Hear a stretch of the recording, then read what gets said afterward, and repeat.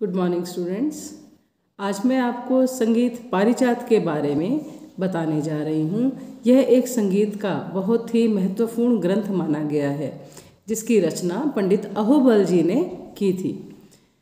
इसका जो फारसी भाषा में अनुवाद है वो भी पंडित दीनानाथ जी ने किया। इस ग्रंथ को एक महान ग्रंथ माना गया है, क्योंकि पंडित अहोबल जी ही पहले संगीतकार थे जिन्होंने संगीत पारिजात में वीणा पर स्वर स्थापना निश्चित करने के लिए एक नई पद्धति का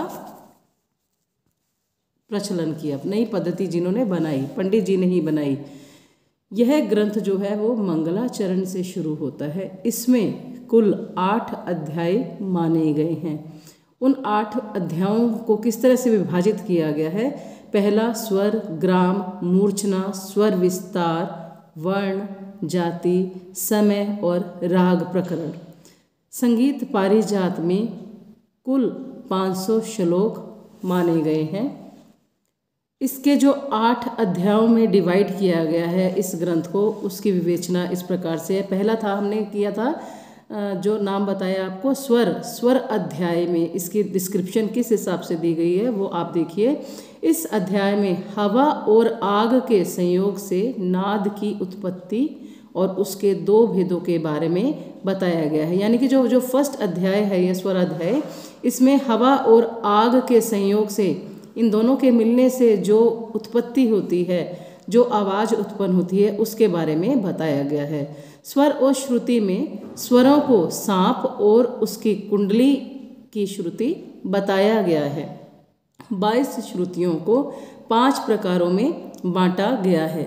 सा मा को ब्राह्मण माना गया है, रे धा को क्षत्रिय माना गया है और गानी को वैश्य कहा गया है। फिर स्वरों के रंगों और रसों के बारे में भी बताया गया है।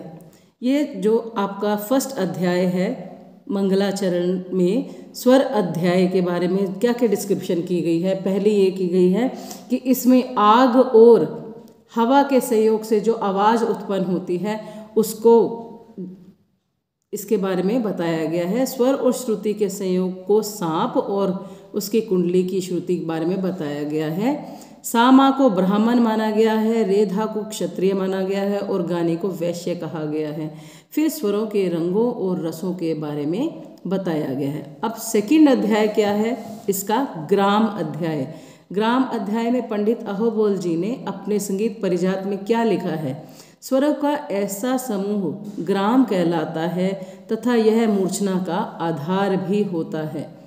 पंडित अहोबल जी ने 3 ग्राम माने हैं: षडज ग्राम, मध्यम ग्राम और गंधार ग्राम।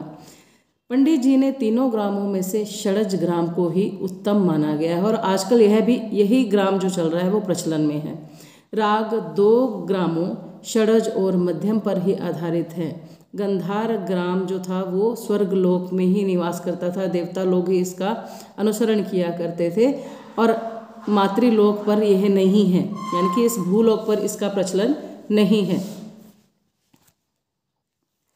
मातृलोक पर इसका प्रचलन नहीं है और इस प्रकार से जो ग्राम अध्याय है उसमें षडज ग्राम को ही उत्तम माना गया। ये था आपका इसमें दूसरे चैप्टर का डिस्क्रिप्शन कि दूसरे अध्याय में क्या बताया गया। अब जो थर्ड अध्याय है वो है मूर्छना अध्याय। मूर्छना के बारे में पंडित अहोबल जी लिखते हैं, क्या लिखते हैं कि जब ग्राम के स्वरों का आरोह अवरोह किया जाता है तो वह मूर्छना कहलाता है। ग्राम के स्वरों का आरोह अवरोह करना मूर्छना कहलाता है। मूर्छना क्या ग्राम पर आश्रित होती है? आप लोगों को भी मैंने डेफिनेशन कराई थी तो उसमें मैंने ये बताया था। उस समय 2 ग्राम ही प्रचार में थे। हर ग्राम की 7-7 मूर्छनाएँ मानी गई हैं। पंडित अहोबल जी ने केवल षडज ग्राम की मूर्छनाओं का वर्णन किया है। मध्यम और गंधार ग्राम की मूर्छनाओं को बिल्कुल छोड़ दिया है। मैंने आपको पहले भी बताया कि पंडित जी ने सिर्फ षडज ग्राम को ही मुख्य माना है क्योंकि उसी का ही आजकल प्रचलन भी है ज़्यादा। अब फोर्थ जो अध्याय है, चौथा अध्याय है, वह स्वर विस्तार अध्याय है। अभी तक मैंने बताया स्वर अध्याय, दूसरा ग्राम अध्याय, तीसरा मूर्छना अध्याय, अब चौथा है स्वर विस्तार अध्याय। इस अध्याय में पंडित जी ने स्वर की परिभाषा इस प्रकार लिखी है कि जो आवाज़ अपने आप सुशोभित हो, यानी कि अपने आप ही निकले, अपने आप ही सुंदर लगे, स्थिर हो और गूंजदार हो, उसे हम स्वर कहते हैं। यह स्वर 7 प्रकार के हैं। मैंने आपको 11वीं कक्षा में भी बताया था। षडज, ऋषभ, गंधार, मध्यम, पंचम, धैवत और निषाद, ये इन 7 स्वरों के नाम हैं। पंडित जी स्वरों के 2 भेद मानते हैं। पंडित जी ने स्वरों को 2 भागों में विभाजित किया है, एक शुद्ध, दूसरा विकृत। शुद्ध स्वर कौन से माने हैं? सा और पा, विकृत रे गा धानी। इसके बाद 7 स्वरों के संयोग से 4220 4220 स्वर समूहों की रचना के बारे में बताया गया है। इन्होंने इस प्रकार से स्वर की विस्तार किया गया है 4थे अध्याय में। अब 5वां है वर्ण अध्याय। इस अध्याय में पंडित जी कहते हैं कि गाने की क्रिया को वर्ण कहते हैं, कि जिस ढंग से हम गाते हैं उसे हम वर्ण कहते हैं। यह 4 प्रकार से माना गया है। स्थायी वर्ण, पहला आपको पता है, ये आपने वर्ण की डेफिनेशन में भी किया है। स्थायी वर्ण, आरोही वर्ण, अवरोही वर्ण व संचारी वर्ण, इन 4 भागों में डिवाइड किया गया है। ठीक है। अलंकार के बारे में पंडित जी लिखते हैं कि क्रम अनुसार स्वरों के समुदाय को अलंकार कहते हैं। इन्हीं अलंकारों से राग सजाए जाते हैं। पंडित जी अलंकारों के कई प्रकार बताते हैं, जैसे मृदु, नंद, सोम, विंदु, ग्रीव, वेणी आदि। स्थायी वर्ण से इन्होंने 7, आरोही से 12, अवरोही से भी 12 और संचारी वर्णों से 25, कुल मिलाकर इन्होंने 56 अलंकार बताए हैं। अपने अध्याय में 56 अलंकारों का डिस्क्रिप्शन इन्होंने दिया है। अब आपको 5 अध्याय के बारे में बता दिया गया है मैंने अभी, और इनको डिवाइड कितने अध्याय में किया है? 8। पहला था स्वर अध्याय, दूसरा था ग्राम अध्याय, तीसरा था मूर्छना अध्याय, चौथा स्वर विस्तार अध्याय, 5वां था वर्ण अध्याय। अब जो 6th है वो है जाति अध्याय। जाति अध्याय क्या है? इस अध्याय में 7 शुद्ध जातियाँ षडज, ऋषभ, गंधारी, मध्यम, पंचम, धैवती, निषादी का संक्षेप में परिचय दिया गया है।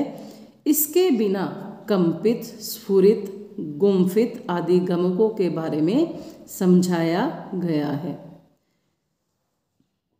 7 के अलावा कंपित, स्फुरित, गुम्फित आदि गमक के बारे में बताया गया था। ये था इसका जाति अध्याय के बारे में क्या लिखा गया उसके बारे में बताया गया है। अब 7वां था समय अध्याय, कि समय का क्या डिस्क्रिप्शन किया गया है, पंडित जी ने समय से किस तरह से अवगत कराया है। इस अध्याय में पंडित जी ने वीणा पर स्वरों की स्थापना के बारे में बताया है।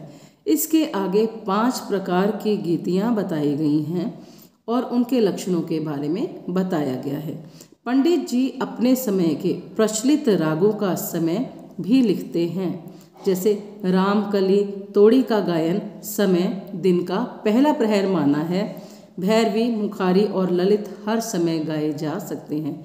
इन्होंने मतलब हर राग का जो गायन समय है उसके बारे में भी बताया गया अपने 7वें अध्याय में। वो कौन सा अध्याय है? समय अध्याय। अब जो लास्ट एंड लीस्ट था राग अध्याय। राग अध्याय में क्या बताया है? पंडित अहोबल जी लिखते हैं कि राग तो बहुत से गाए गए हैं, पर मैंने 125 रागों का ही वर्णन किया है। 125 रागों के बारे में ही इन्होंने विवेचना की है। इस अध्याय में पंडित जी थाटों का उल्लेख तो करते हैं, परंतु रागों को थाटों के अंतर्गत नहीं मानते। ये उनकी धारणा थी कि मैं थाटों के अंतर्गत उसको नहीं मानता। इसके बिना पंडित जी आरोही, अवरोही, ग्रह, अंश, मूर्छना आदि का भी उल्लेख करते हैं।